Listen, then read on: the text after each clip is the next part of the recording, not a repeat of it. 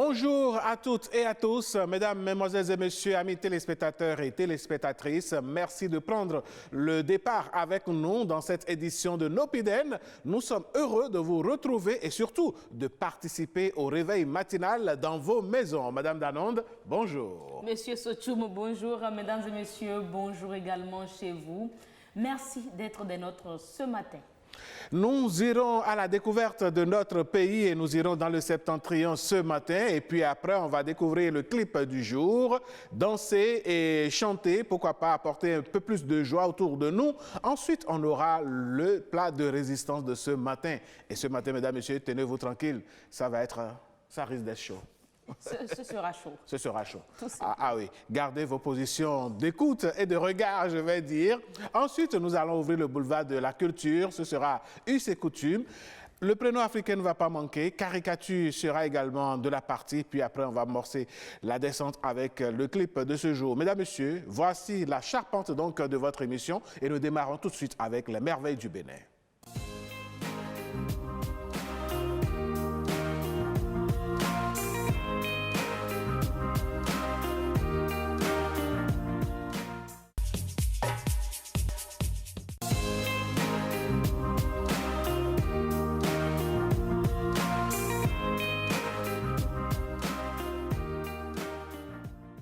Nous sommes toujours dans le mois de juin et il serait de bon ton avec les pluies qui descendent sur la terre de planter un arbre puisque nous venons de voir la tache verte de Dassari. C'est un travail énorme fourni pour pouvoir donc, je vais dire, sauvegarder un tout petit peu encore l'environnement dans lequel nous vivons, Madame Danonde. Bien sûr, hein, et on a effectivement vu la tache verte de Dassari grâce à Siom Gaba, son documentaire.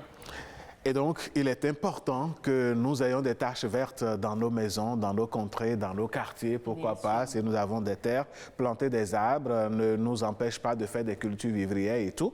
Il faut donc y penser. Mesdames, Messieurs, ce à quoi nous allons penser tout de suite, c'est la bonne musique. Et celui qui nous visite ce matin, il s'appelle Chris Bah. Voici donc le clip du jour.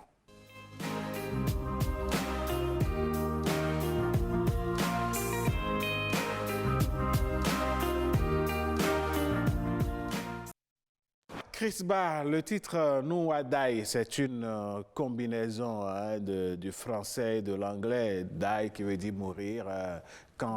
Du fond, quand je mourrai, quoi, littéralement traduit. Et quand on écoute les premières paroles de cette chanson, cela fait penser à la thématique de la drépanocytose. Est-ce que vous voyez? Parce qu'il est dit par la médecine que les personnes victimes de cette maladie n'ont pas la chance de grandir, de vivre longtemps. De vie très réduite. Voilà, et puis avec les douleurs de cette maladie, toutes les complications, surtout lorsqu'on est en saison pluvieuse, elle souffre. C'est la période, malheureusement, absolument. La période de souffrance. C'est une occasion pour nous de sensibiliser, comme les autres organisations d'ailleurs, pour dire qu'il faut faire les examens prénuptiaux avant de se marier.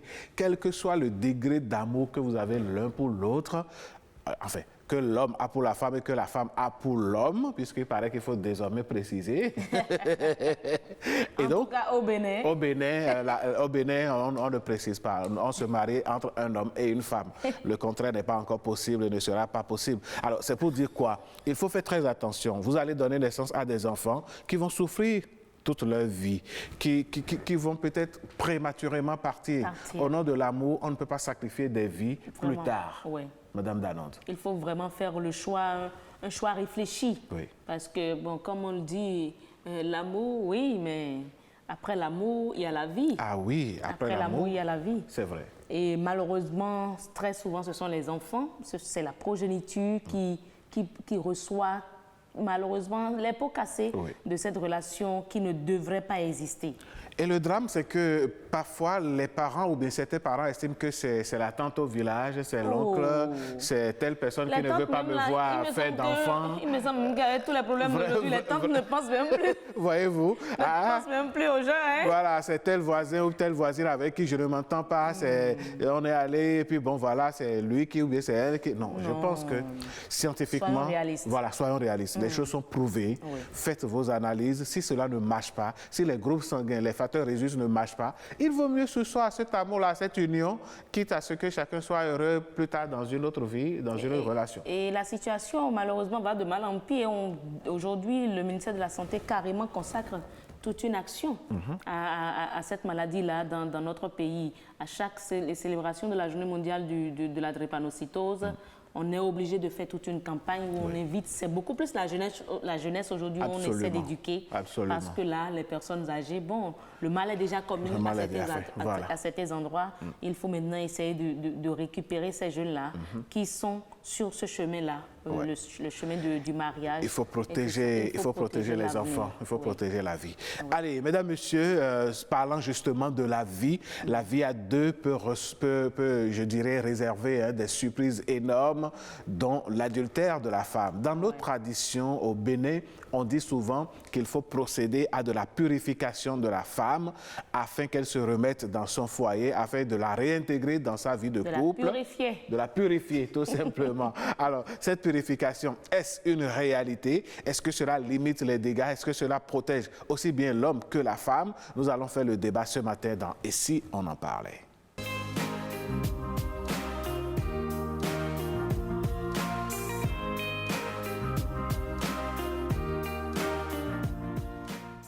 Mesdames, Messieurs, dans la vie du couple, il peut y avoir des situations. Celle qui est la plus crainte est l'adultère. Mais beaucoup plus en Afrique, pour ne pas dédouaner les hommes, ce n'est nullement notre intention, on focalise l'attention sur l'adultère de la femme. C'est comme si nos traditions ont prévu la chose et l'on parle de purification de la femme pour la ramener dans son foyer, histoire de chasser ces entités qui tourneraient autour d'elle du fait de l'adultère commis. Mais la question est de savoir si, à l'issue de la purification, l'adultère prend fin. Est-ce que son époux ou même la dame ne sont pas enclins à des dangers? Est-ce qu'ils sont à l'abri de tout danger? Du point de vue traditionnel que du point de vue religion chrétienne, nous allons aborder le sujet avec nos invités déjà sur le plateau. Eh oui, nous allons aborder la thématique purification de la femme infidèle. Est-ce la fin de l'adultère avec le pasteur écrivain Benilde Bazolongobo. Merci d'être là, pasteur. Bonjour. Merci, bonjour. En face de vous, nous avons Hounongan Aïnarin, dignitaire des cultes endogènes, des cultes traditionnels. Hounongan, bonjour, merci d'être là. Merci à vous et merci aux téléspectateurs. Donc voilà, Alain, nous allons débattre de cette thématique-là avec... nos invités sur le plateau. Oui. Voilà, d'accord. Au téléphone, on ne pourra pas avoir un invité. Ça va être la prochaine fois. Alors, pasteur Benilde Bazolongobo, dites-nous, l'adultère de la femme, pourquoi c'est sur ça qu'on est beaucoup plus focalisé? Parfois, on crie à l'injustice. Pourquoi? Exactement. La question mérite d'être posée. Tout à l'heure, vous aviez dit qu'en Afrique, surtout, on focalise toute l'attention sur l'adultère de la femme, mais ce n'est pas seulement en Afrique. C'est, je dirais même, dans toutes les cultures, parmi tous les peuples. Et même quand nous lisons la Bible et d'autres livres religieux, l'accent est porté surtout sur l'adultère de la femme. Il est vrai que dans les Écritures, par exemple, pour cause d'adultère, il est clairement dit que et l'homme et la femme seront lapidés, mais l'homme en soi accorde plus d'attention, nos sociétés accordent plus d'attention à l'adultère de la femme.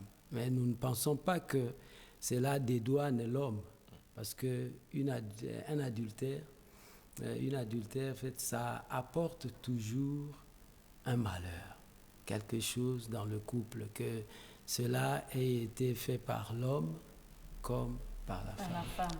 Donc, si moi je comprends bien, dans la religion pas chrétienne, merci beaucoup, je cherchais le mot, oui. L'adultère, que ce soit chez l'homme comme chez la femme, n'est pas acceptée. Elle n'est pas acceptée. D'accord. Rounogan, pourquoi très souvent, un peu comme Alain l'a dit, c'est beaucoup plus l'adultère de la femme qui est au cœur des discussions, au cœur des débats, au niveau des religions endogènes traditionnelles? Oui, je vous remercie. En fait, pour aborder le sujet parlant d'adultère de la femme, oui, je dois d'abord faire remarquer que c'est un phénomène qui varie suivant les milieux. Chez nous, en Afrique et plus particulièrement au Bénin, ce n'est pas dans toutes les familles, ce n'est pas dans toutes les régions que le phénomène d'adultère prend la même importance. Nous avons des régions du Bénin où l'adultère de la femme conçue comme une femme sous toit ou mariée et qui aurait des relations extra-conjugales serait un problème. Ce n'est pas perçu comme ça et ça n'a pas le même effet. Ça n'a pas le même poids. Oui, c'est-à-dire qu'on ne perçoit pas ça, on n'en fait pas un problème, comme nous sommes en train de le dire ici. Donc, c'est un phénomène qui varie suivant les régions et c'est un phénomène aussi qui varie avec le temps. Et d'après l'histoire que nous connaissons, il y a peut-être des milliers d'années, les choses ne se passaient pas exactement comme ça. Et c'est avec l'évolution de l'humanité que des choses ont eu à évoluer pour qu'on parle aujourd'hui d'adultère de la femme. Je voudrais dire à ce niveau-là, pour commencer, que c'est un problème d'égrégore. C'est pour ça que c'est accentué dans certains milieux beaucoup plus que d'autres. Il y a l'égrégore invisible et l'égrégore visible de chaque famille. Lorsque comme on le dit aujourd'hui, c'est lorsque le logiciel de départ, au niveau de l'ancêtre éponyme, qui a constitué cette lignée-là, c'est déjà à ce niveau-là, les bases ont été mises en place pour que l'on dise toute femme que nous recevons ici, à qui nous faisons un certain nombre de rites, dès qu'elle ne respecte pas ça, eh bien, il va se passer telle chose. C'est marqué comme ça depuis les origines. Et dès qu'une femme arrive et est reconnue par l'égrégore invisible, et la famille qui est là elle représente l'égrégore visible, bien sûr, eh bien, lorsque ce pacte-là, ce principe, cet interdit n'est pas respecté, automatiquement, l'invisible s'en charge. C'est de façon systématique. Et c'est pour ça que l'on parle d'adultère. Donc, je peux dire que c'est un phénomène connu. Ce n'est pas, ça n'a pas la même importance dans toutes les régions. Il y a des régions où c'est accru, il y a des régions où c'est moins accru. D'accord. On va revenir vers vous tout à l'heure, Rounogan Arinare. Pasteur Basilongobo, dites-nous, est-ce que la cérémonie de purification de la femme adultère existe dans la Bible? Commençons par l'Ancien Testament. L'Ancien Testament parle clairement de la purification de la femme. Mais dans tous les écrits où il est question dans l'Ancien Testament de la purification de la femme, cela n'a pas rapport avec l'adultère. Okay. C'est un rapport à quoi? Cela a rapport avec le flux sanguin. Okay. Le flux sanguin... On va parler de ces menstruations. Voilà, ces menstruations, pas seulement, mais également au cas où la femme accouchait. Il y a une période où la femme est dite impure et une période où elle se travaille à sortir de cette impureté et au bout duquel il y a une cérémonie qui était organisée par le souverain sacrificateur pour purifier la femme. Et cela se faisait par un sacrifice. Voilà.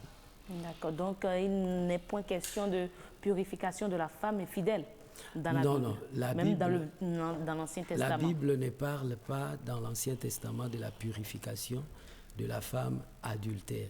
La femme adultère, la sanction, comme l'homme adultère, c'est la mort, la lapidation. D'accord, mais quand on écoute certains, mais il paraît que tel que ça se fait, on va aborder ça avec le Rounogan maintenant, mais tel que la chose se pratique, la purification se fait chez les traditionalistes, c'est tiré de l'Ancien Testament. Donc c'est en réalité tout faux. Bon, je ne dirais pas que c'est tout faux. Nous parlons adultère. Qui parle adultère parle mariage. Le mariage a été institué par Dieu. Et c'est pourquoi le mariage concerne tous les peuples. Parce que tous les peuples, tous les hommes qui sont sur la terre ont été créés par Dieu. Donc, ça concerne tous les hommes. C'est une institution divine. Et de par le fait que c'est une institution divine, le mariage est considéré comme une institution sainte qui doit être exempte de toute souillure. Et l'adultère qui vient souiller le couple ne peut être accepté. Elle n'est pas acceptée dans la Bible, elle n'est pas acceptée dans d'autres religions également. Et puis, à part ça, de par tout ce que je viens de dire déjà, on constate, et ça c'est un fait que tout le monde voit, c'est quoi? C'est que le mariage est honoré par tous les peuples. Tous les peuples, quelle que soit leur culture, quelle que soit leur croyance, ils honorent le mariage. D'ailleurs, la Bible déclare que le mariage soit honoré de tous. Et ça fait du mariage une alliance sacrée. Donc, je ne vous arrête pas, mais est-ce à dire que la purification de la femme infidèle n'est pas reconnue par l'Église, par la religion chrétienne? La femme infidèle, comment elle est donc purifiée? Je ne dirais pas non. Je ne dirais pas que la purification ne peut pas être appliquée, considérée dans les Écritures. Vous savez, quand on parle de mariage, tout est question de contexte. Tout est question de cadre. Le mariage étant saint, sacré, comme je viens de le dire, il ne faut pas à ce qu'une souillure y rentre. Oui, mais pasteur, dans le même temps, si dans le couple, l'un décide de pardonner à l'autre et de continuer, est-ce que ce pardon ne pourrait pas être assimilé à une sorte de purification? Côté chrétien, aujourd'hui, nous sommes dans le temps de la grâce. Le temps de la grâce. Le Seigneur Jésus a inauguré ce temps de la grâce et on voit déjà comment il a fait grâce à la femme adultère dont il est question dans Jean chapitre 8. La loi disait qu'une telle femme devrait être lapidée. Avec qui il a commis l'adultère devait être lapidée. Ils ont apporté la femme seule, on ne sait pas l'homme était où. Ça aussi, c'est une manigance des hommes. Hein? Ils se protègent entre eux, soit dit en passant. La femme devait être lapidée. Ils disent au Seigneur Jésus que voilà, la loi de Moïse dit que la femme, dans les cas pareils, doit être lapidée. Mais le Seigneur leur demande, qui est celui-là qui parmi vous n'a jamais commis de péché?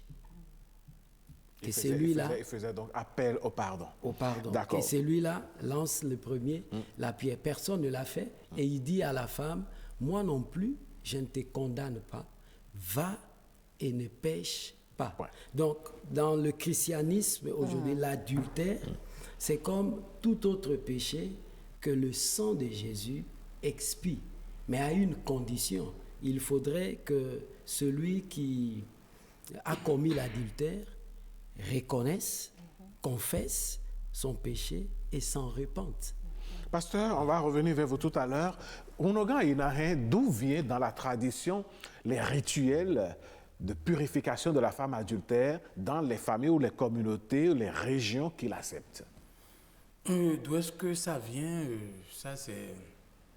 Ça doit être déjà au niveau de l'institution de la famille. Dès que cette lignée-là a été en train de se mettre en place, les premiers, compte tenu d'un certain nombre de circonstances, de conditions dans lesquelles ils vivaient, et ont mis en place la manière dont on doit vivre, avec les règles sociétales qui s'y rattachent.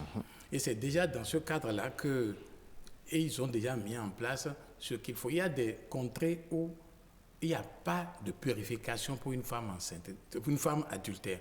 Dès que cela se constate, il n'y a rien à faire, la femme part. On ne peut plus l'accepter.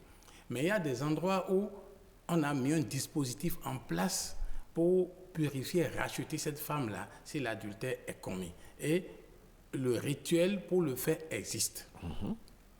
Donc ça dépend des bases que l'on a établies au départ. Voilà. Donc il y a des endroits où les gens ne considèrent même pas qu'il y a... Prenons le cas où ça existe, où on doit faire les rituels à la femme. Oui. À l'issue de ces rituels, est-ce qu'on est sûr et certain que tout va bien et tout ira bien dans le foyer, aussi bien pour l'homme que pour la femme? Oui, il y a deux aspects. Le premier aspect qui intéresse tout le monde, c'est que dès que les principes sont établis et que la femme commet l'adultère, ce n'est pas quand on a été l'attraper. Dans notre système, ce n'est pas quand on va attraper la femme qu'on parle d'adultère. En fait, non, ce n'est pas comme ça. Quand parle t-on d'adultère? Donc, c'est-à-dire que c'est la femme elle-même, ayant déjà commis l'adultère, qui ressent, qui a des troubles, qui ne se porte pas bien, qui ressent un certain nombre de choses et qui est obligé d'aller voir les gens pour leur dire, écoutez, si je ne parle pas, je ne vais pas vivre. Donc, En fait, effectivement, qu'elle ne parle pas, elle ne vit pas. aveu. Voilà, c'est elle qui va avouer Oui. d'abord que vraiment que... Donc, ce n'est pas tout le temps qu'on va pas quand on la surprend, ou bien il y a eu un problème contre... Non, il y a des moments où, tel que le système est établi, l'égrégore travaille très bien, c'est la femme elle-même qui ne peut plus dormir, ou bien qui a des cauchemars, à qui il arrive tellement de choses, et qui avoue pour ne pas partir. Et là, bon, je peux revenir là-dessus pour expliquer ce phénomène. Oui, allez-y en même temps. Comment est-ce que ça se manifeste? Dans nos recherches, en préparant cette émission, Madame Dalonde et moi, nous sommes tombés sur une découverte où on dit l'habit ou les habits ou bien les parures que la dame avait portées avant d'aller faire l'adultère, lors de la cérémonie, lors des rituels de purification, elle doit pouvoir les apporter et on va l'en débarrasser. Alors, si elle a commis l'adultère 20 fois, elle va devoir apporter toute une valise, apparemment. Non, en fait, je vais revenir sur ça peut-être après, mais c'est que les premières femmes de cette lignée-là qui avaient commis l'adultère et qui sont décédées de ce fait-là, oui, constituent un égrégore puissant. Elles sont là pour surveiller les autres femmes.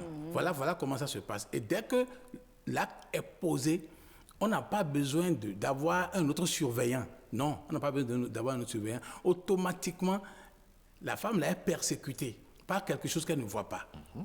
Et le rituel de purification, lorsque c'est autorisé dans certaines lignées, consiste à faire appel à cet égrégore-là, d'une certaine manière, pour contenter les gens, pour qu'il y ait une expiation, on explique que telle chose s'est passée de telle manière. Donc, c'est en ce moment-là que le projet dont vous parlez peut intervenir, mais ce n'est pas la même chose partout. Okay.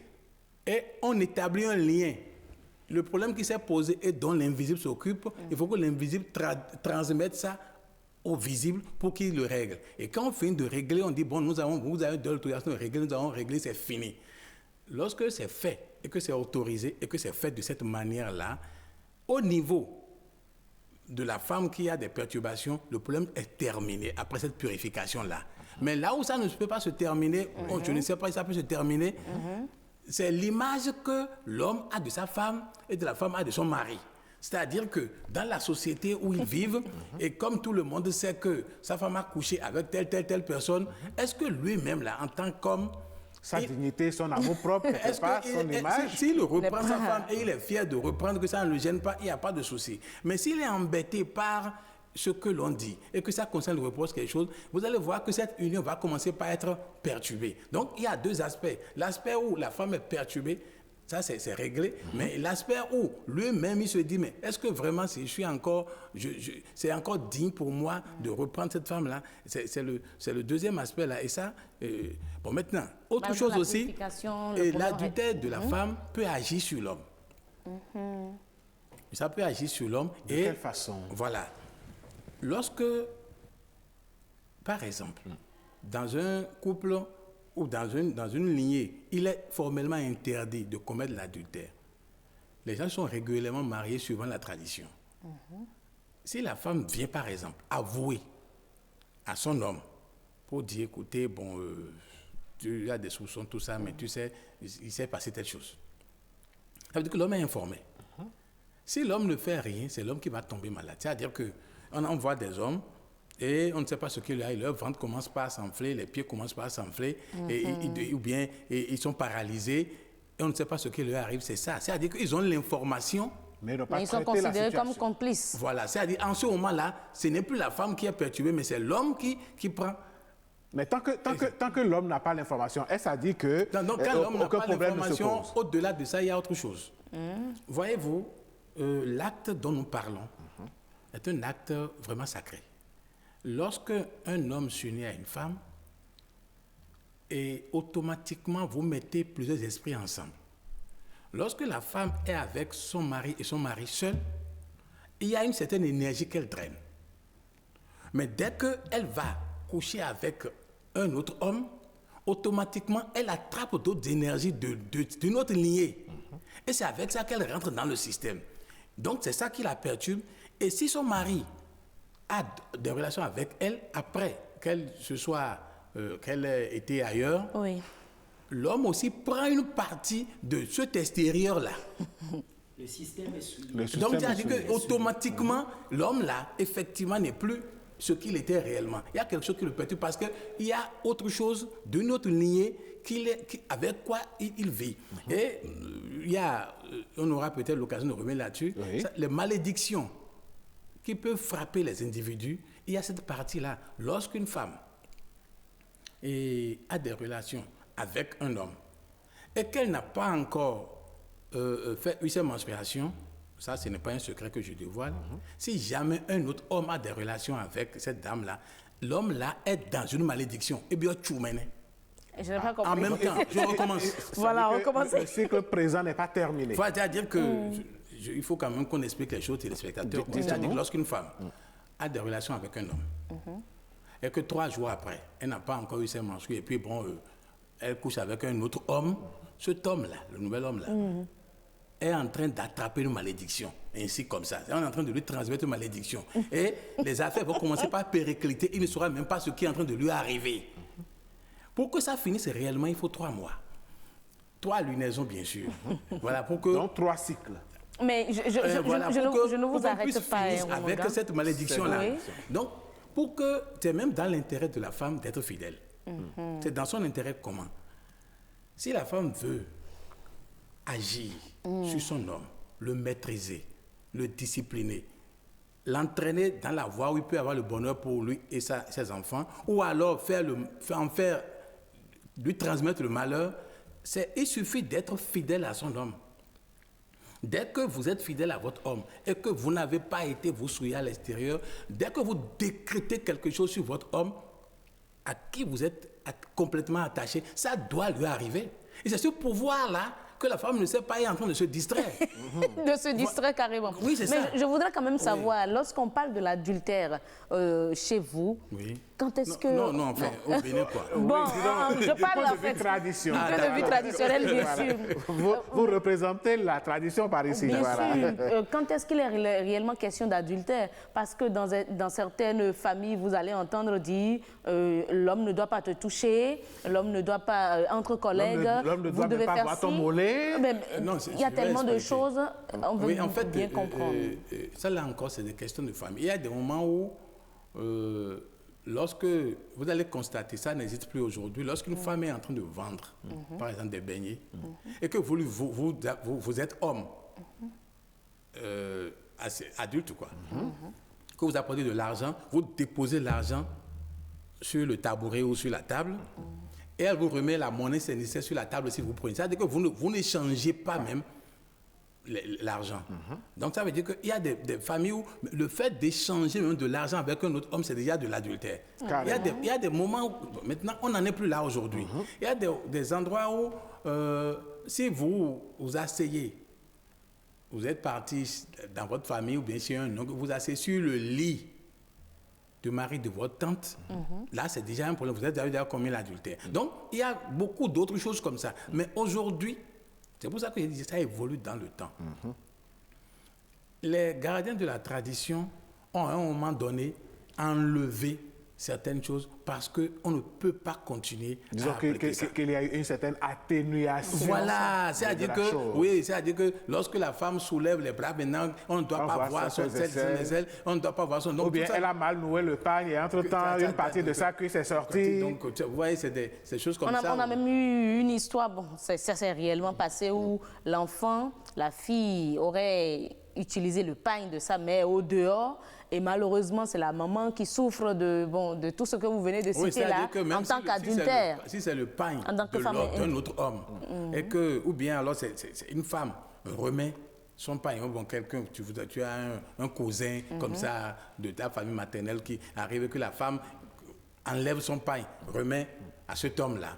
C'est déjà de l'adultère qui est ainsi comme ça. D'accord. Voilà, donc, mais ça, maintenant, il y a des atténuations. Est-ce qu'il y a réellement atténuation? Parce que dans d'autres familles, les femmes subissent encore des choses. On dirait que c'est maintenant que les choses sont de plus en plus verrouillées. Allez, on va. Oui, l'importance du mariage. C'est l'importance du mariage, le caractère sacré et saint du mariage qui fait que différentes cultures, différentes religions se sont employés depuis des lustres à encadrer le mariage. On ne peut pas permettre à ce qu'il soit souillé. Il faut l'encadrer. Et ce qui est triste aujourd'hui, c'est quoi? C'est que nombreux s'embarquent dans le mariage sans connaître les tenants et les aboutissants. Sens même du mariage. Et est-ce que c'est la cause des nombreux cas d'adultère que nous constatons aujourd'hui? Effectivement. Pasteur, quelqu'un semble ne pas partager votre point de vue et ce quelqu'un, c'est l'un des intervenants dans cette Vox Pop que nous a réalisé, ou bien qu'a réalisé pour nous Christelle Amagbeyon. La purification, voilà. Ça ne sert à rien, ça là. Ce n'est pas une bonne chose, ça ne sert à rien, la purification là. Si elle a commis ça là, il y a des hommes qui pardonnent, il ne faut pas pardonner même. Les anciens ont fait ça, mais de la manière dont ils ont fait ça là, les gens d'aujourd'hui là, ils ne comprennent pas bien quoi. Ce que les anciens faisaient ça, mais ils n'ont pas compris ça. Il ne faut pas prendre ça pour dire que ça là, non. Même il y a des familles qui font ça. Il y a l'autre là, ils nous font ça là. On ne te pardonne pas, on te renvoie seulement. Tout ce qu'on fait là pour dire on peut faire des purifications pour intégrer la femme dans le foyer, je vous dis, c'est de n'importe quoi.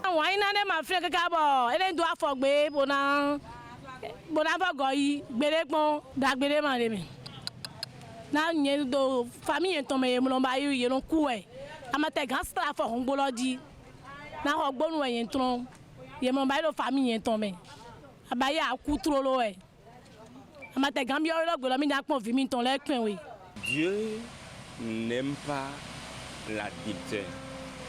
La femme peut commettre tout autre péché, mais quand il s'agit de l'adultère, qu'est-ce que la parole de Dieu souligne?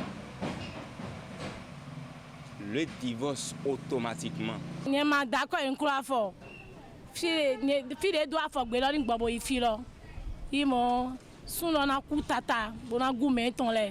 Comment la femme va aller commettre des débauches de l'adultère et elle va venir, on va lui laver les pieds? En Afrique ici, c'est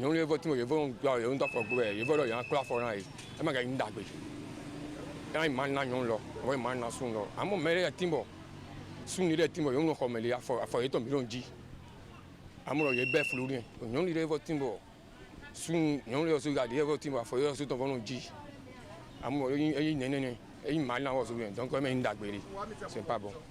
Dans ma famille, quand la femme commet de l'adultère, elle va chez elle automatiquement. Il n'y a pas quelqu'un qui puisse intervenir. Parce que si la femme continue comme ça, là, l'homme peut partir prématurément. Pour certaines familles, il y a de l'occultisme, il y a des ancêtres. Il y a des ancêtres qui n'aiment pas que ces choses-là viennent chez eux.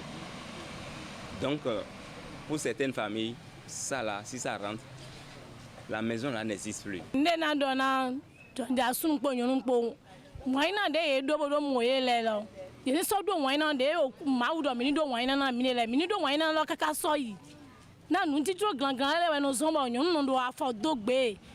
nous dirego. Ouais, on dit on va faire dogbe.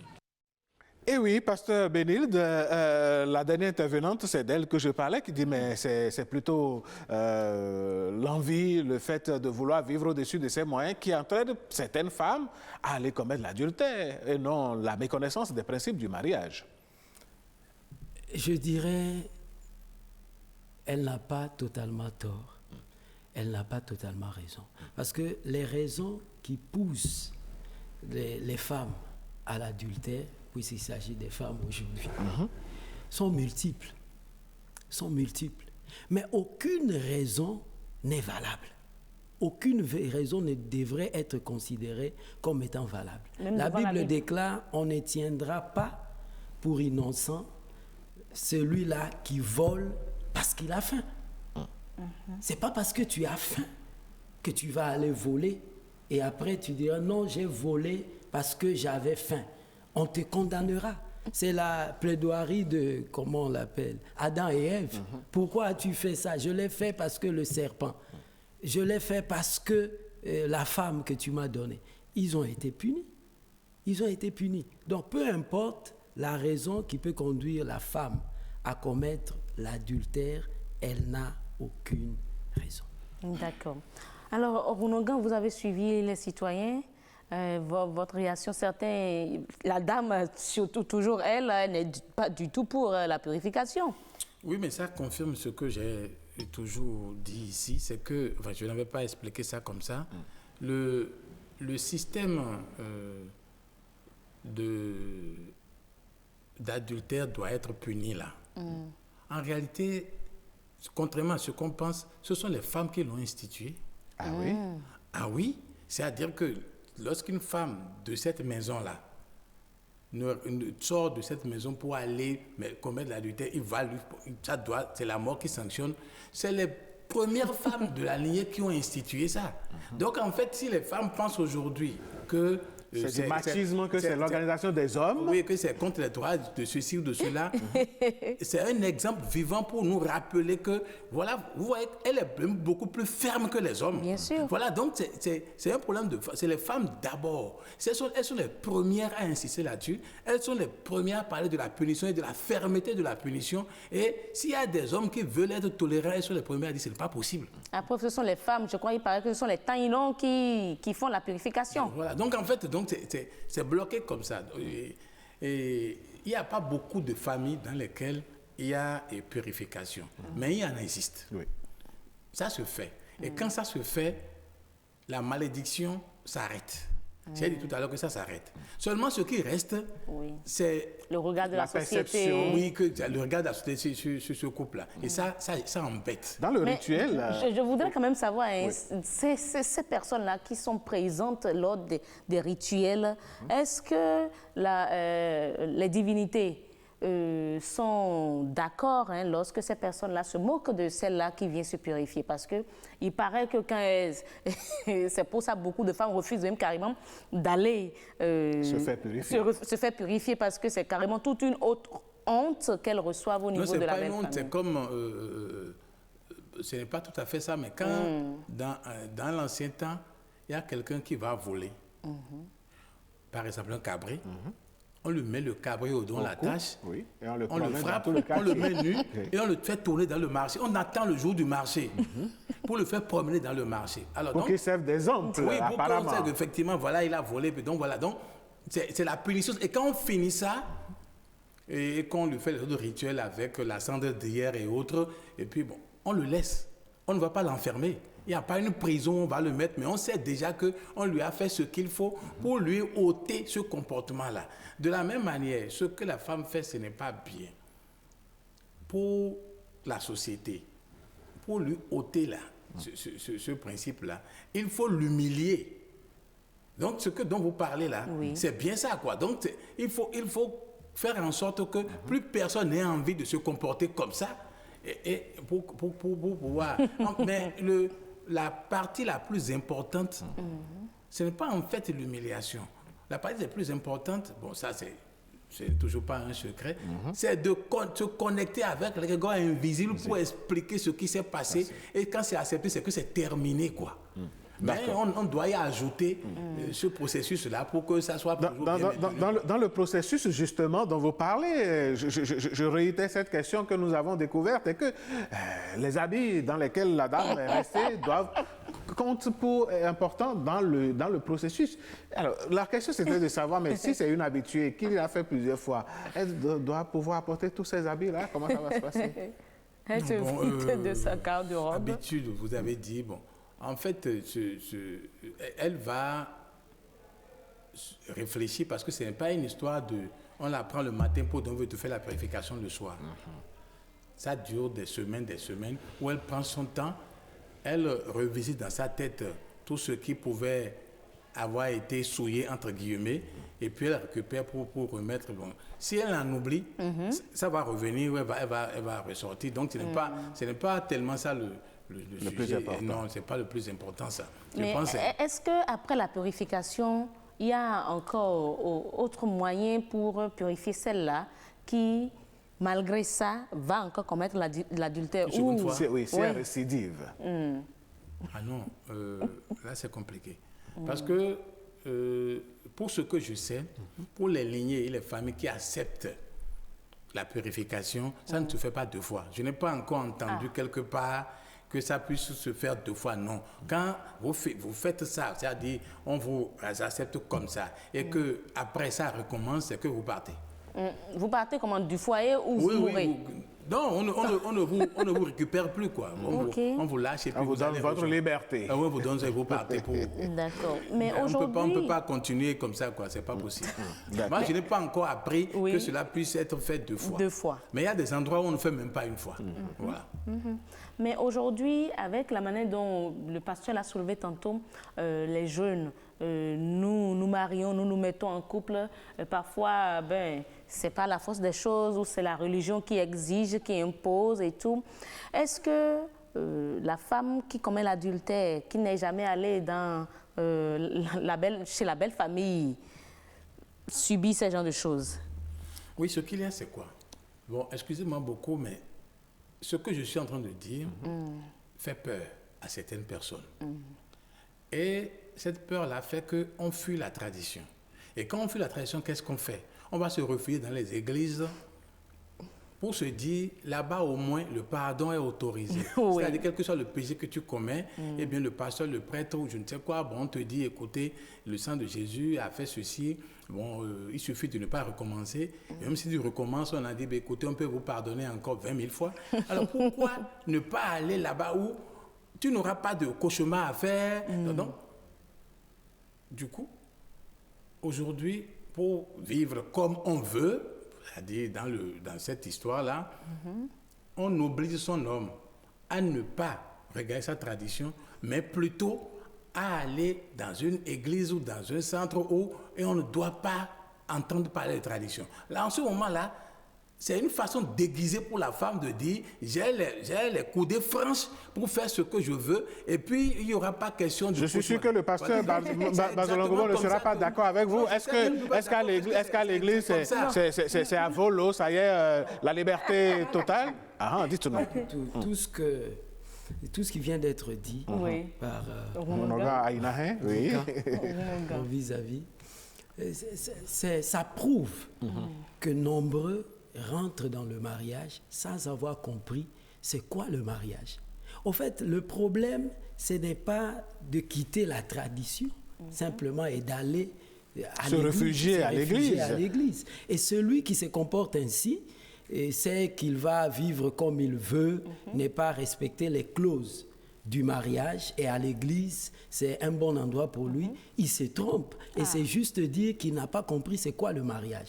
J'ai dit tout à l'heure que les cultures, les religions ont essayé d'encadrer le mariage par des règles à observer, tout et tout. Il y a des gardiens de la tradition qui interviennent, tout et tout. Mais de manière naturelle, le mariage étant une institution divine, le mariage étant une alliance sacrée, même sans gardien de la tradition, lorsque le mariage est souillé, il y a automatiquement des conséquences. Oui, automatiquement, c'est automatique. Comment mettre fin alors? C'est automatique. C'est quand même bizarre, Alain, permettez, mais c'est qu'on a aujourd'hui ces foyers-là dans lesquels tout se passe bien, mais la femme, l'adultère, qui commet l'adultère dans la République. Voilà, c'est comme son sport favori. Oui, mais tout se passe bien. Mais c'est ce que vous pensez. Et ils sont à l'église tout le temps. Tout ne se passe pas bien pour eux. Les conséquences sont diverses. Pasteur, je vous donne un exemple pour appuyer ce que Mme Danon dit. Lors du tournage de la Vox Pop, à laquelle j'ai assisté d'ailleurs avec Christelle, nous avons rencontré plein de femmes qui disent « Mais attendez, est-ce que ce ne sont pas vous, vos femmes fonctionnaires ou bien cadres ou bien je ne sais pas quoi, pour ne pas étiqueter qui que ce soit, ou bien les femmes bien placées qui conduisent leur propre voiture, viennent garer le véhicule, rentrent dans le véhicule du monsieur, on dépose le véhicule dans une station ou bien je ne sais pas où, et elles s'en vont. Et elles font ça à longueur de journée, elles sont à l'aise, il n'y a aucun malheur dans leur foyer, elles vivent bien, mais elles continuent, comme le dit Mme Danonde. Comme je l'ai dit tout à l'heure, les malheurs, les conséquences sont divers. Mais quelles sont ces conséquences-là pour ces personnes-là? Pour certains, c'est la maladie. Certains sont tombés malades et des maladies sont rentrées dans le foyer à cause de l'adultère. Pour d'autres, c'est la perte de l'emploi, la perte d'un statut social. Pour d'autres, ça va jusqu'à la mort. Certains ont perdu leurs enfants à cause de l'adultère. Vous voyez, peut-être tout se passe bien, non, ils évoluent, ainsi de suite. On a ignoré qu'un enfant est mort. Et puis les conséquences ne sont pas toujours, dans tous les cas, immédiates. Il y a des conséquences immédiates, mais à part les conséquences immédiates, il y a des conséquences qui viennent après un temps. Et parfois, certains ne les lient pas à l'adultère. Non, personne ne peut violer les clauses d'un mariage et s'en tirer sans conséquence. Non, ce n'est pas possible. Ronongan? Je voudrais dire que c'est pour la première fois que moi, j'entends ça de la bouche d'un pasteur. Et là, vous réjouissez? Non, je dis que c'est... Alors là, les pasteurs ne disent pas ça tel que lui il est en train de le dire maintenant. Si ce message-là pouvait passer tout le temps pour expliquer que ce n'est pas sans conséquence et qu'il y a des malédictions, qu'il y a des malheurs qui arrivent, il y a des maladies, ça peut aller même jusqu'au décès. On n'a jamais dit ça aux fidèles. Si c'était ça se disait... Je ne suis pas sûr que... Je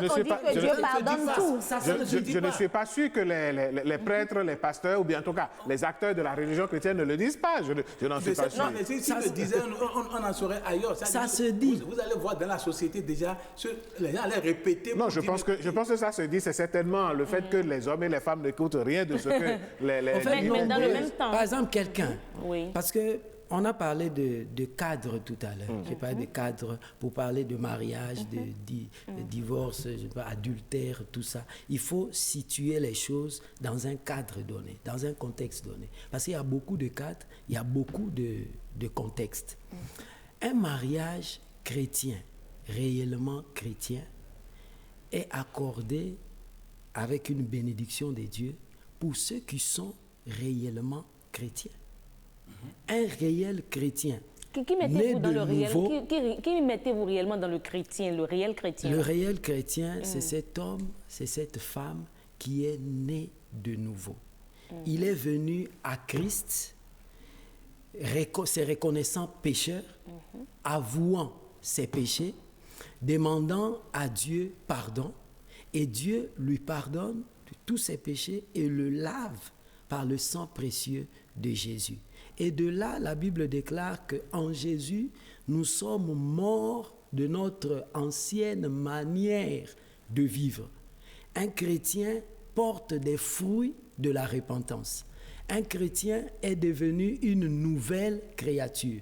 Les choses anciennes sont passées, voici toutes choses sont devenues nouvelles. Et c'est ça un chrétien. Maintenant, le problème c'est quoi dans notre société? Le problème c'est que nous retrouvons des personnes qui se disent chrétiens, ce sont des chrétiens de nom. Nous rencontrons des personnes qui se disent musulmans, ce sont des musulmans de nom. Pas de vrais pratiquants. Nous rencontrons des personnes qui se disent animistes, mais ce sont des animistes de nom. Vraiment. Quelque part, ils sont nulle part à la merci de tout. Et ces gens-là, ce ne sont pas des chrétiens. Donc, ce ne sont d'ailleurs pas des respectueux des principes de la tradition. Lorsque l'on dit, l'on bénit un mariage, lorsque l'on veut unir un mariage, les choses sont clairement dites, les choses sont clairement enseignées. Mais aujourd'hui, le langage en vogue, c'est le syncrétisme religieux. La Bible déclare, dans les derniers temps, il y aura des personnes qui vont rentrer, disons, dans le mal, quoi. Le mal sera un plaisir. Plaisir. Pasteur Mbazolongobo, on va faire un clin d'œil aux internautes qui nous suivent dans cette émission. Vous êtes nombreux à nous demander comment intégrer le groupe. On continue d'y réfléchir. Mais avant, nous avons un message du docteur Romuald Boton, le colonel Boton, qui dit ceci. Est-ce que l'adultère des hommes a déjà mis quelqu'un en danger? Sinon, adultère de Noé, Abraham, Moïse, Salomon, David et même Paul, ça même a tué qui? Cela a mis qui en danger? L'adultère ne doit pas être que féminin.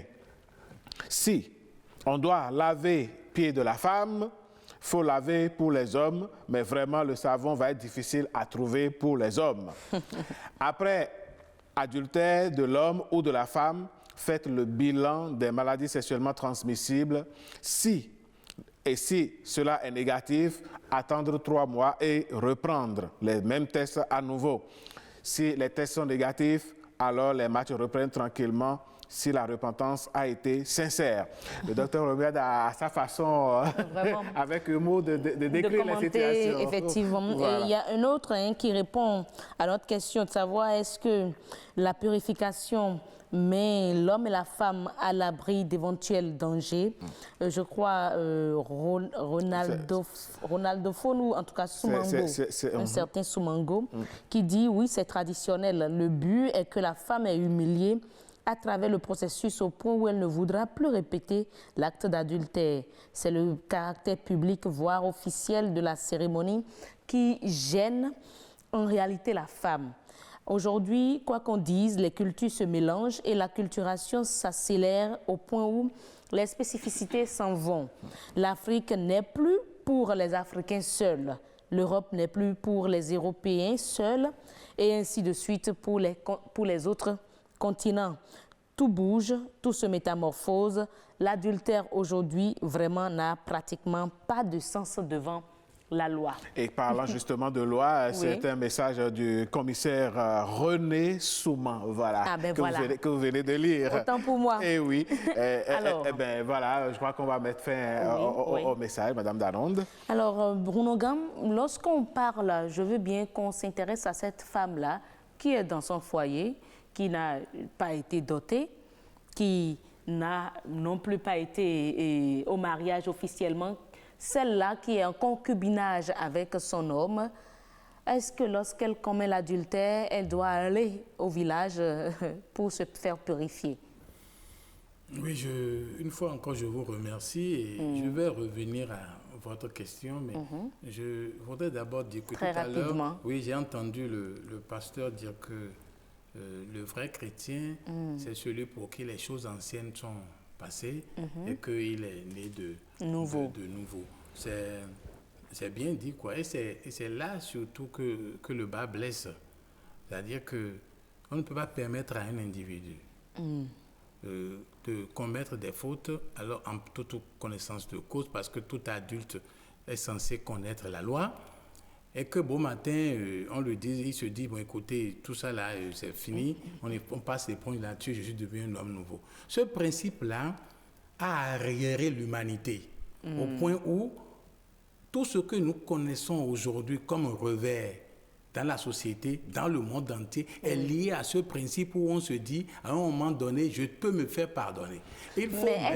Quand vous dites, attendez, quand vous dites ça, vous allez à l'encontre de vos propres principes. Parce qu'il y a dans la tradition une cérémonie où on dit, mais tout ce que je n'ai pas su et j'ai fait, je me purifie, je prends...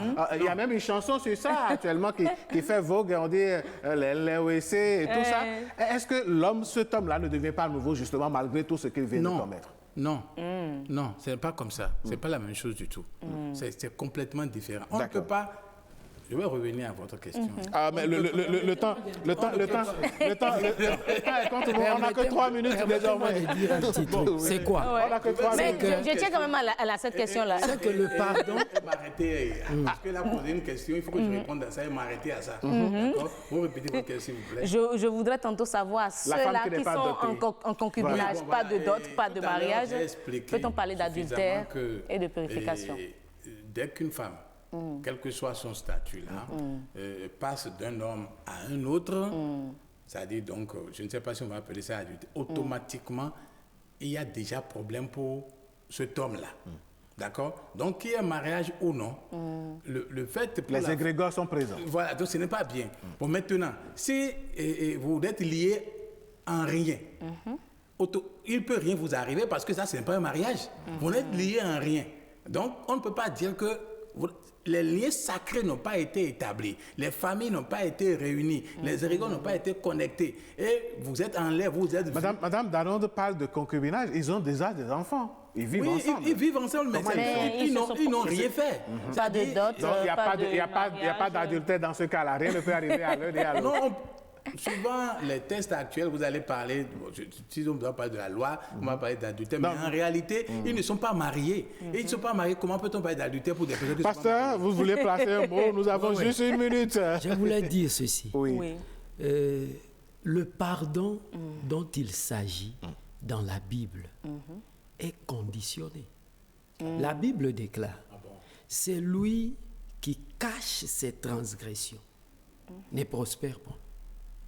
David dit, si j'avais gardé l'iniquité dans mon cœur, Dieu ne m'aurait pas exaucé.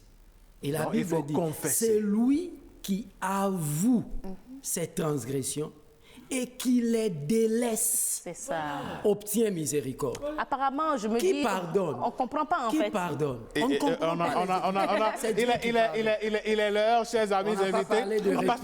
Pasteur Bazolongobo, on va vous revenir, on va vous faire revenir sur le plateau avec un autre thème. Onoga, vous serez également en face de lui pour un autre thème par rapport à tout ceci. Mesdames, messieurs... On retient quand même que la purification de la femme infidèle, ça met vraiment fin à l'adultère. Est-ce qu'on peut affirmer cela? Non, je ne pense pas. Je pense qu'il y a toujours des conséquences.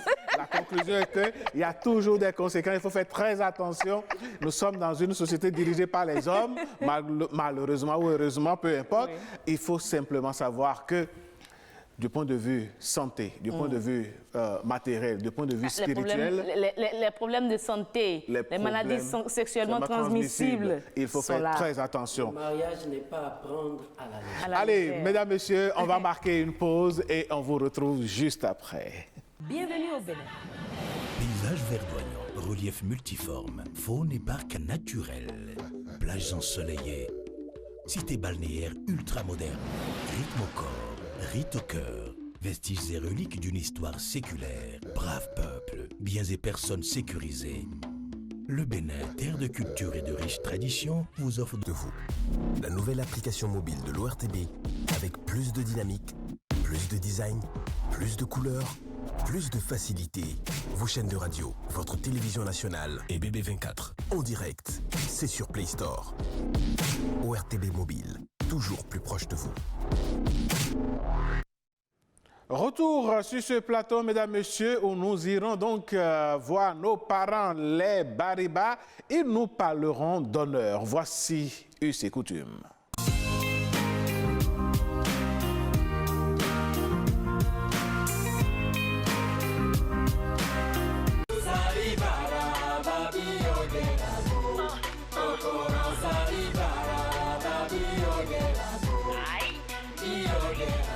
Le Batonou le comprend et le traduit par une assertion. plutôt mourir que de vivre dans la honte, dans le déshonneur. Chez nous, on ne conçoit pas que vous allez à une bataille, que vous la perdiez, que vous reveniez. Tu meurs au champ de bataille, tu es plus glorieux que celui qui a fui le champ de bataille, qui est retourné.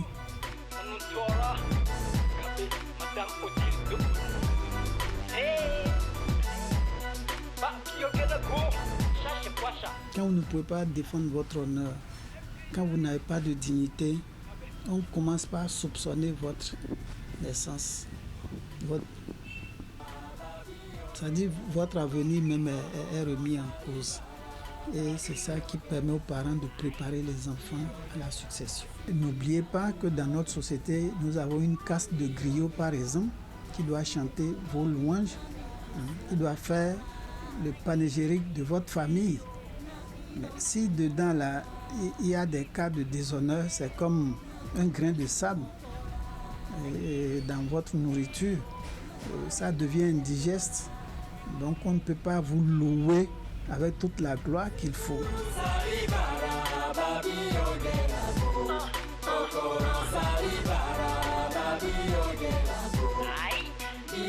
Bioguera a voulu défendre son honneur parce qu'il voyait que ces sujets sont harcelés par le blanc, par le colon.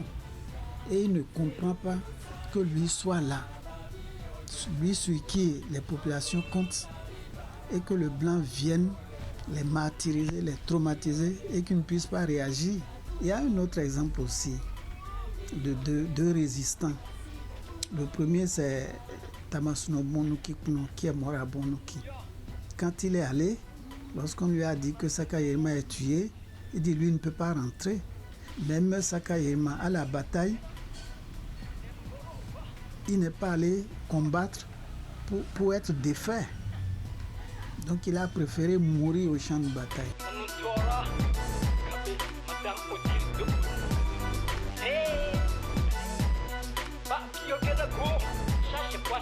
Bon, c'est un peu difficile aujourd'hui de le constater à 100%. À 100% parce qu'on est plus nombreux, les besoins vitaux s'accroissent et bon, les partisans de moins d'efforts aussi deviennent nombreux. Et ça fait que, bon, on constate de temps en temps des dérives. Et oui, c'était là l'honneur chez nos parents, les Bariba. Et oui, ne vous étonnez pas, nous avons des parents partout au Bénin. Partout où nous allons au Bénin, ce sont nos parents que nous allons voir. Et l'honneur reste et demeure un élément crucial, je dirais même capital, pour ne pas dire vital, chez le Bariba. Chez le Bariba, tout à fait. Il nous a conté l'histoire de Bioguera. On a suivi, on a appris à l'école, oui. Histoire, géographie. On a même découvert ça davantage dans un documentaire du chef Daniel Biawadje. À qui nous souhaitons bonne retraite. Absolument. Donc voilà, malheureusement, Sa Majesté également a reconnu qu'aujourd'hui, il faut constater que les partisans de moindre effort sont de plus en plus nombreux. Et là, l'honneur a déserté le forum, malheureusement. Il faut que nous retournons aux valeurs, à ces valeurs-là qui caractérisent, parce que chaque ethnie quand même a des valeurs qui la caractérisent. Hein. Oui. Ben, malheureusement... Je suis d'accord avec vous. C'est vrai que le monde évolue et les valeurs ont tendance à s'effriter. Oui. On se dit, bon, de compromis en compromis, on se met dans des compromissions. Et ces compromissions effritent forcément les valeurs que nous avons. Donc, vivement que ces valeurs-là reviennent. Le courage, la force et surtout l'honneur. Et le patriotisme. D'autres parleront de nationalisme carrément. Le patriotisme, c'est mieux pour l'instant. Ça, c'est important parce que quand vous êtes quelque part sur cette planète et que vous êtes béninois, ne dites pas que vous êtes béninois, dites que vous êtes le Bénin. Et c'est important. Je suis d'accord. Allez, mesdames, messieurs, nous allons passer à la rubrique du prénom du jour.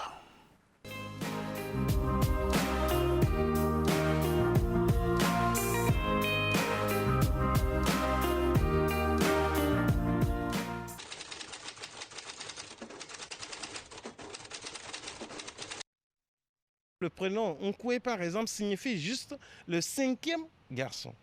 Alors cela n'a vraiment aucune signification outre que le rang que le garçon porte. Il est vraiment difficile de rentrer dans un village et de dire je veux voir un koué et de le retrouver. Ou de rentrer dans un village et de dire je veux voir un tcha ou un po et le retrouver. Parce que vous avez 10 000 nkoué, 10 000 mpo. Puisqu'il y a beaucoup de premiers garçons, il y a beaucoup de deuxièmes garçons, il y a beaucoup de premières filles nko. Donc vous ne pouvez pas dire mpo ou bien nko et les retrouver forcément. Donc c'est bien que dans la communauté, celui qui portera un koué, on va nécessairement attribuer un autre prénom qui va permettre donc de l'identifier.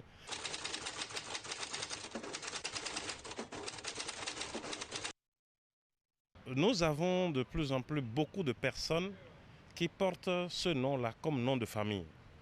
Nkwe, comme un po, comme un tcha, comme un nata, comme un da, comme kwago.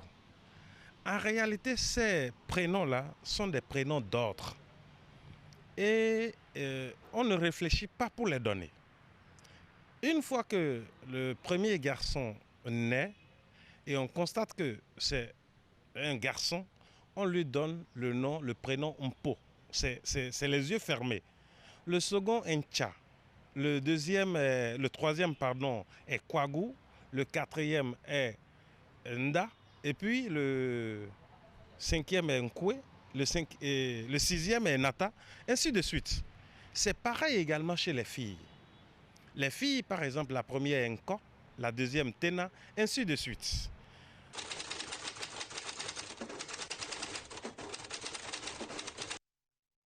La subtilité qu'il y a, c'est qu'il peut ne pas être le cinquième garçon de sa mère. Il se pourrait qu'il soit peut-être même le deuxième ou le troisième, ou après. Parce qu'une mère qui n'a fait que peut-être jusqu'au quatrième, donc il s'est arrêté à Nda. Et quand sa fille va commencer par faire des enfants, elle se dit, moi je n'ai pas fini d'attribuer mes noms, donc moi je continue en donnant les noms à ma fille. Les noms que je devais donner à mes enfants, à ma fille. Donc, le premier fils de sa fille, au lieu de s'appeler Mpo, s'appellerait Nkwe, mais c'est la suite des naissances de la maman.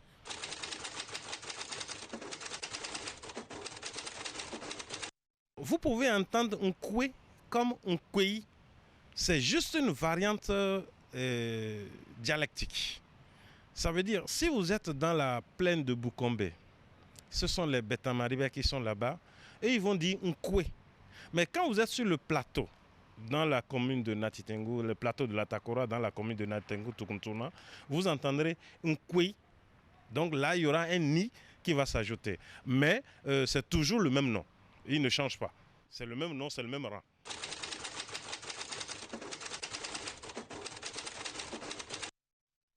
S'il arrive qu'il soit le dernier enfant de la famille, lui aussi il est détenteur du pouvoir. Parce que, en général, c'est lui qui reste à côté de son père avant sa mort. Puisque tous les autres jeunes hommes, les autres enfants, en grandissant, iront fonder leur foyer et bâtir leur habitation loin du papa. Et c'est le Benjamin, si c'est un Nkwe par exemple, si la femme s'est arrêtée en Nkwe et qui reste là, donc c'est lui qui hérite de ce pouvoir, c'est lui qui hérite des biens, c'est lui qui hérite, pas des biens, j'allais dire, spirituels ou sociologiques. C'est lui qui reste dans la maison du papa. En tant qu'enfant de vers la fin, là, ils ont des comportements de fils à papa parce que c'est lui qui reste avec le père, c'est lui qui connaît tout, c'est le plus taquin, etc., etc. Et oui, mesdames, messieurs, toujours dans la même veine, nous dirons tout simplement que notre pays regorge de richesses. Nos petits noms, il va falloir qu'on... non, est-ce que je vais même dire petit nom? Prénom africain. Pas petit nom, c'est notre nom africain. Ah oui, il faut leur donner plus de valeur. Pour certains, même ces prénoms indigènes, je dis non. C'est quoi votre prénom africain, Madame Dalonde? Pardonnez. Non, dites-moi. Partagez avec nous. Non. D'accord. Je vais vous soutirer ça. Vous savez presque tout de moi, sauf ça. Je garde ça pour moi. Allez, mesdames, messieurs, ce que nous ne savons pas, ça va être la capture matinale. Qu'est-ce que cela nous réserve? Oui. La voici avec le jingle.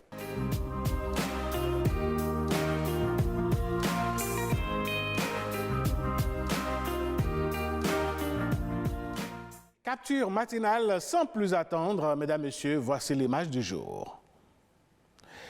Et bien voilà, nous avons affaire à 3 personnages sur cette image-là, dans notre Loki national. Oui, Loki Sandwich. Loki, bon. Loki Sandwich. Loki est devenu entrepreneur. Et justement, parce que en face, on a le monsieur barbu là qui dit, mais voilà, il dit, mais le gars en noir là, voilà, il dit, j'ai commencé avec 300 sandwichs après 3 mois. J'ai eu 6 millions de francs CFA de bénéfices. Aujourd'hui, je suis milliardaire. Et donc, Loki qui dit, mais aïe, et moi, depuis 5 ans, je suis encore ici. Soit c'est le faux sandwich que je vends, ou alors je n'utilise pas la bonne farine. Dans les 2 cas, c'est le faux qui est. Ce qui est sûr, c'est une histoire de farine, parce que regardez l'étonnement de Loki. Et là, cette image nous parle de ces coachs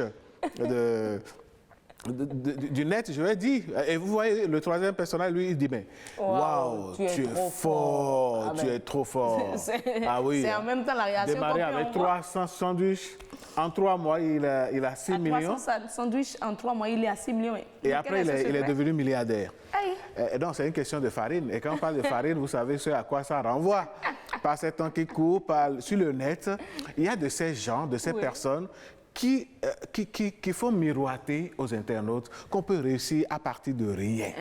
La chose est peut-être possible, mais quand vous faites une telle affirmation, commencez avec 300 sandwichs, 3 mois après vous êtes à 6 millions, il faut qu'on se demande si derrière vous ne vendez pas autre chose.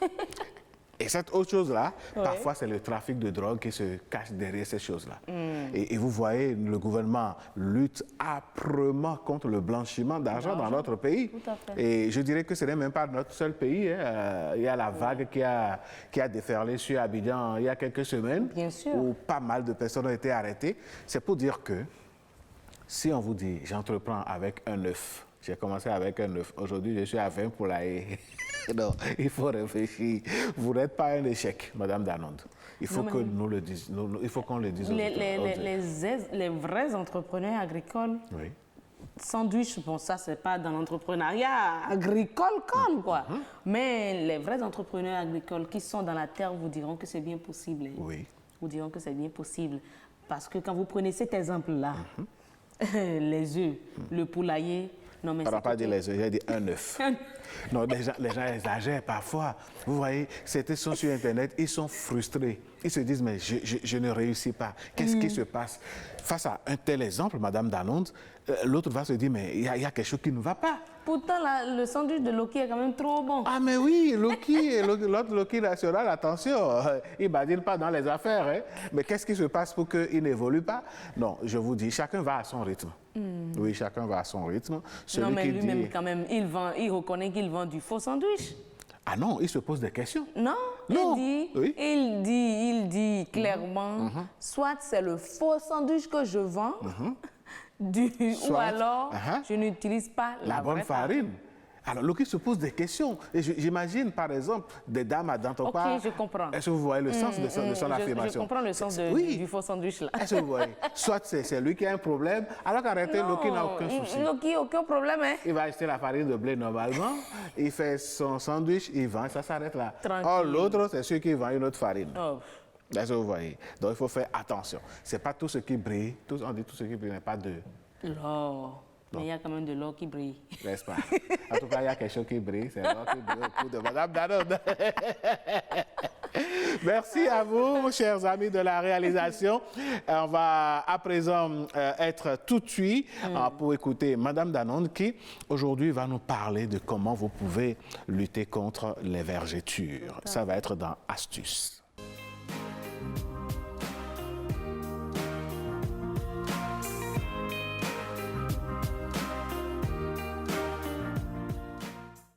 Et oui, retour sur ce plateau, Madame Danonde, vous avez décidé ce matin de faire plaisir aux dames. Bien sûr. Enfin, en grande partie. En grande partie. Vous n'allez pas me dire que les hommes ont des vergetures. Non, non. Donc voilà. Allez, mesdames, soyez tout de suite. On va écouter Madame Mesdames Danonde. et messieurs, soyez tout de suite. Bien sûr, parce que malheureusement, au fil du temps, nous constatons ces petites lignes-là, blanches, qui se dessinent sur le ventre, les fesses, les hanches, à l'intérieur même des cuisses. Mais loin d'être une exception, c'est un phénomène qu'on appelle, tout le monde appelle communément vergeture, qui touche entre 70 à 80% des dames et malheureusement ou fort heureusement, moins de 50% des hommes. Ah, d'accord. Donc, raison pour laquelle vous constaterez qu'il y a des hommes qui ont sur leur corps des vergetures. Alors, qu'est-ce qu'il faut concrètement pour lutter contre les vergetures, pour les atténuer, parce que ça ne disparaît pas. Ça ne disparaît pas à 100%. Pas du tout. Alors, il faut dire qu'il y a plusieurs types de remèdes. Il y a la chirurgie esthétique qui est là, il y a en tout cas un traitement médical et autres, mais nous allons parler des remèdes faits maison. Faits maison, des remèdes bio. Bio. Oh, c'est ce que j'aime dans les remèdes, dans les recettes de Madame Danone, ça. Des remèdes bio. Parce que tout ce qu'on a dit tantôt, la chirurgie, les produits cosmétiques et autres, ça a son coût. Mais à la maison... Ça a son coût, mais ça aussi, c'est conséquences. Ça a également ses conséquences, tout à fait. Parce que tout ce qui se passe sur la peau, ça va dans le sang. Absolument. Ce que beaucoup ignorent. Alors, nous allons vous proposer premièrement de l'huile de coco et de l'huile d'amande. Alors, nous vous invitons à mixer ces deux mélanges-là qui vous permettront de favoriser l'élasticité de votre peau. Donc, après mixage, vous appliquez de façon uniforme sur la partie déjà endommagée et, si vous voulez, sur tout le corps pour éviter déjà les vergetures sur les autres parties du corps et atténuer les parties déjà endommagées. Donc, 2 à 3 fois par semaine sur ces zones concentrées de vergetures et vous aurez l'élasticité. Votre peau aura une élasticité parce que, en fait, c'est ce qui cause la vergeture. Quand ce n'est pas, et on pense souvent que c'est la femme qui est grosse, c'est l'homme qui est gros. Oui, enfin, les personnes obèses, par exemple. Pas du tout. Il y a la grosseur qui est également un facteur, mais nous avons également la puberté. Les médecins viendront peut-être nous expliquer les raisons. Oui. Nous avons la puberté, nous avons l'évolution de l'âge et tout ça, qui malheureusement endommage la peau. La peau n'a plus son élasticité et conséquence, nous avons ces éclatements de peau. Alors, nous allons vous proposer également le jus de pomme de terre. Notre pomme de terre, là, qu'on voit dans les feuilles ou bien dans les supermarchés aussi. Mon cher, ça ne sert pas seulement aux hors d'œuvre ou aux salades. Ça, le jus de la pomme de terre peut également être appliqué matin et soir sur les zones sensibles. Laissez sécher et rincer à l'eau froide et puis après quelques essais, quelques applications, voilà, vous constaterez le résultat. Nous allons vous proposer également le citron, l'avocat et le miel. Vous avez eu les images tantôt. Alors, citron, avocat, miel. Miel. Associez une cuillère à soupe de miel et de jus de citron à une moitié d'avocat écrasé. Donc, une cuillère à soupe de miel, une cuillère à soupe de jus de citron et une moitié d'avocat écrasé. Mélangez le tout jusqu'à obtenir une pâte homogène. Les 3 ingrédients à l'antenne. Vous mélangez le tout ainsi et puis vous avez une pâte homogène que vous appliquez sur la vergeture 2 à 3 fois par semaine. Donc voilà quelques astuces que nous vous proposons. Des astuces faites maison. L'huile de coco, vous en trouverez. C'est naturel. C'est naturel. Vous pouvez même en fabriquer vous-même. Vous-même, voilà. Oui. Alain connaît les astuces et il sait comment ça se fait. Je vous ai déjà dit tantôt sur plateau, mesdames et messieurs, que c'est un grand bricoleur. Il sait comment on fait l'huile de coco. Contactez-le si vous ne le savez pas. Il va vous informer.